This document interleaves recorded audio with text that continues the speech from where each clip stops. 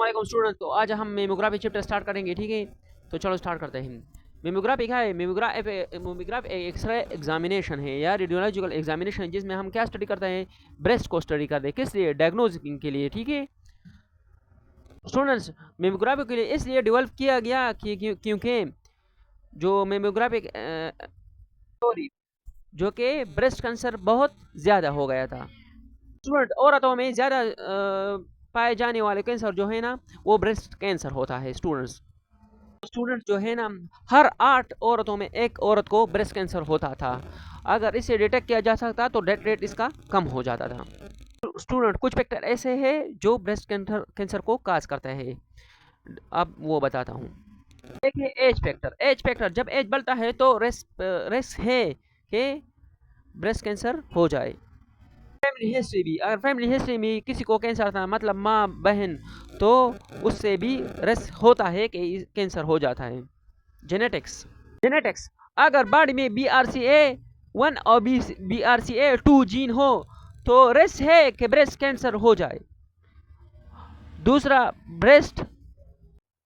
Next है breast architecture का मतलब है अगर ब्रेस्ट में डेंस टिश्यू हो तो इसका भी चांस है कि ब्रेस्ट कैंसर हो जाता है।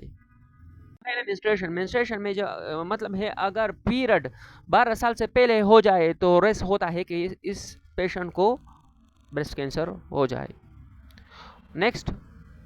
नेक्स्ट है मीनोपॉज का मतलब है अगर औरत 55 साल का हो जाए, अगर पीरियड आ जाए तो उसका भी रिस्क हो सकता है कि ये ब्रेस्ट कैंसर का काज बन सकता है। नेक्स्ट क्या है? प्रोलॉन्ग यूज ऑफ एस्ट्रोजन, ज़्यादा एस्ट्रोजन यूज करने से भी ये रिस्क बढ़ सकता है।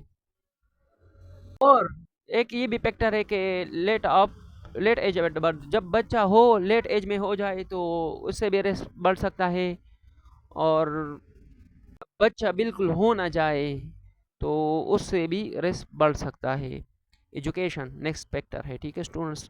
वो औरतें जो ज़्यादा एजुकेशन करता है तो उसमें भी रिस्क है कि इससे क्या काज हो जाए कि उसमें भी ब्रेस्ट कैंसर पाया जाए, जो औरतें एजुकेशन ज़्यादा करता है। नेक्स्ट फैक्टर है सोशियो इकोनॉमिक्स। स्टूडेंट्स, अच्छे इकोनॉमिक्स वाले औरतों में भी ये रिस्क है कि ब्रेस्ट कैंसर हो जाता है स्टूडेंट्स।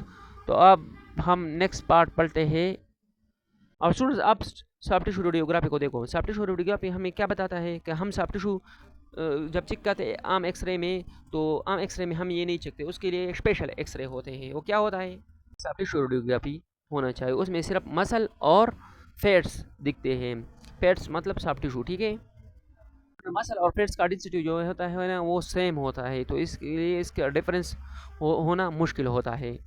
इसलिए इसके लिए एक स्पेशल टेक्निक यूज़ किया जाता है ताकि इस डिफरेंस को डिटेक्ट कर सके कि, ठीक है स्टूडेंट्स। टेक्निक क्या है? ये किस तरफ इशारा कर? ये मेमोग्राफी की तरफ इशारा करता है, ठीक है। अब हम टॉपिक पढ़ते हैं, टॉपिक ऑफ मेमोग्राफी। इसमें टू टॉपिक, एक डायग्नोस्टिक मेमोग्राफी है। डायग्नोस्टिक मेमोग्राफी स्टूडेंट्स वो होते हैं उन पेशेंट में होते हैं जिनमें सिम्टम और रिस्क क्लियर हो। मतलब सिम्टम जो है ना, लम्प्स होते हैं, जो टुकड़े डेंस टुकड़ा होता है ब्रेस्ट पर, या पेन होता है, और या शक होता है कि इसको कैंसर है, ठीक है। डायग्नोस्टिक मेमोग्राफी का टाइप एक है स्क्रीनिंग मेमोग्राफी। स्क्रीनिंग कौन सा है? और स्टूडेंट इसके लिए 2 और 3 व्यू एक्सरे में होता है। डायग्नोस्टिक मेमोग्राफी, स्क्रीनिंग मेमोग्राफी में क्या होता है? स्क्रीनिंग मेमोग्राफी अनहेल्थी वुमेन में होता है जिसमें सिम्टम जो है ना वो नहीं होता है। स्क्रीनिंग मेमोग्राफी सिम्टम नहीं होता है, लेकिन उसके लिए डिटेक्शन के लिए 2 और व्यू होता है। व्यू का नाम क्या है? एक तो MLO है और दूसरा CC है।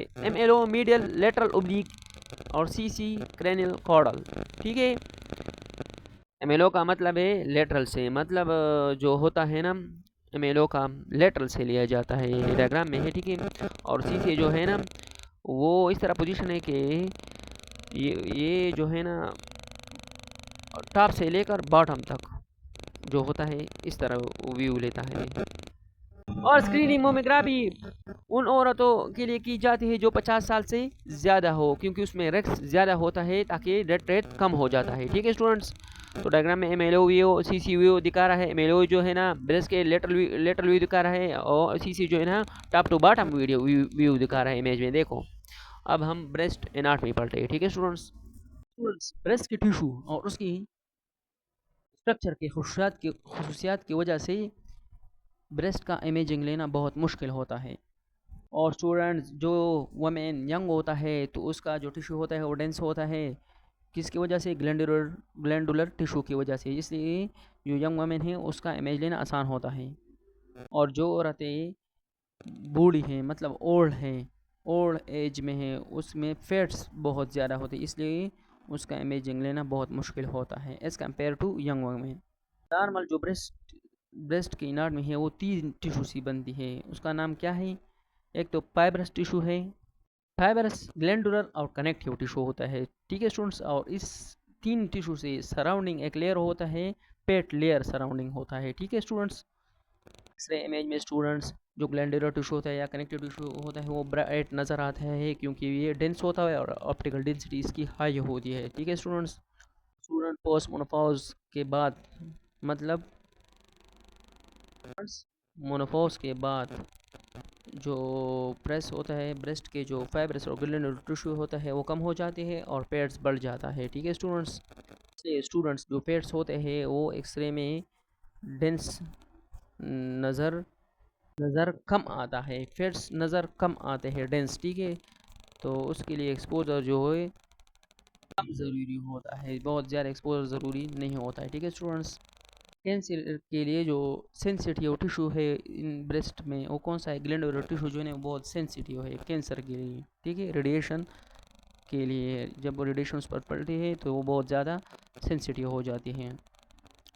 जब कैंसर मौजूद हो ब्रेस्ट में तो जो डक्स होता है और कनेक्टिव टिश्यू होता है उसका शेप क्या होता है? डिस्टार्ट हो जाता है, बिगड़ जाता है, जिससे वो इमेज में क्लियर नज़र नहीं आता है। ठीक है स्टूडेंट्स एक इंपॉर्टेंट बात ये है कि 80% जो है ना कैंसर कहाँ पर होती है ब्रेस्ट में?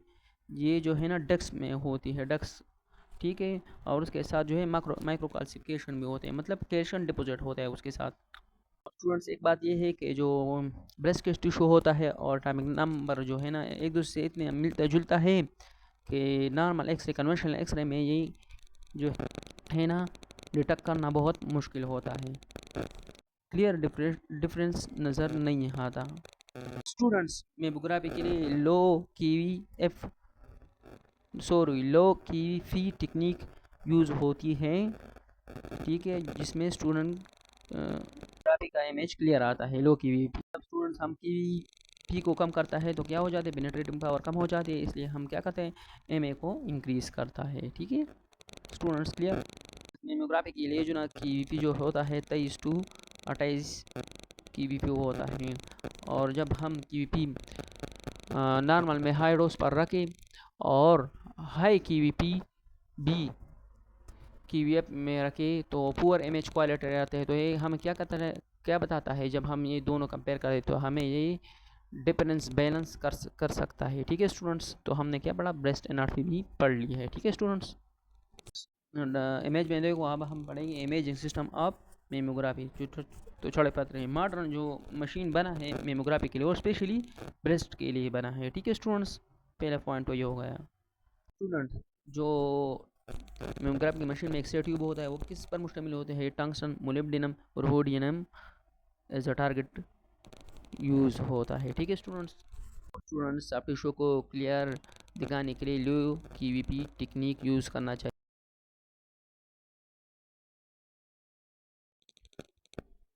तो स्टूडेंट्स एक्सरे बीम जो है ना उसको हम फिल्टर के ज़रिए पास करना चाहिए, लेकिन उसके माइक्रोमीटर कितना होना चाहिए? 30 to 60 होना चाहिए, और मोलिब्डेनम और हिब्डेनम फिल्टर के थ्रू पास हो जाए तो हमें एक करेक्टरिस्टिक एक्सरे क्या मिलेगा? यूज़फुल मिलेगा। ठीक है, माइक्रो क्लासिफिकेशन को दिखने के लिए हमें क्या करना चाहिए? ब्रेस्ट को कंप्रेसर पेडल के ज़रिए प्रेस करना चाहिए ताकि क्या हो जाए?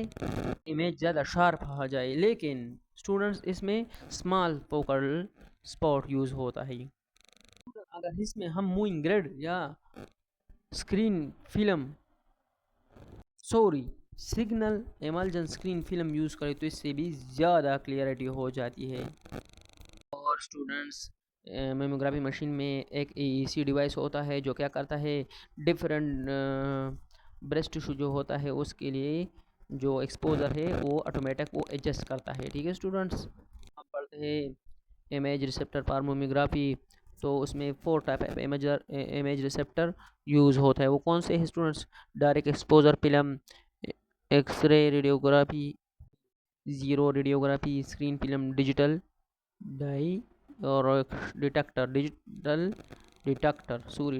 डिटेक्टर है। ठीक है स्टूडेंट्स आजकल क्या यूज़ होता है, स्क्रीन फिल्म और डिजिटल डिटेक्टर सिर्फ यूज़ होता है। ठीक है स्टूडेंट्स, लेकिन स्टूडेंट्स स्क्रीन फिल्म में जो इमल्जन होता है वो बिल्कुल स्क्रीन के पास होना चाहिए।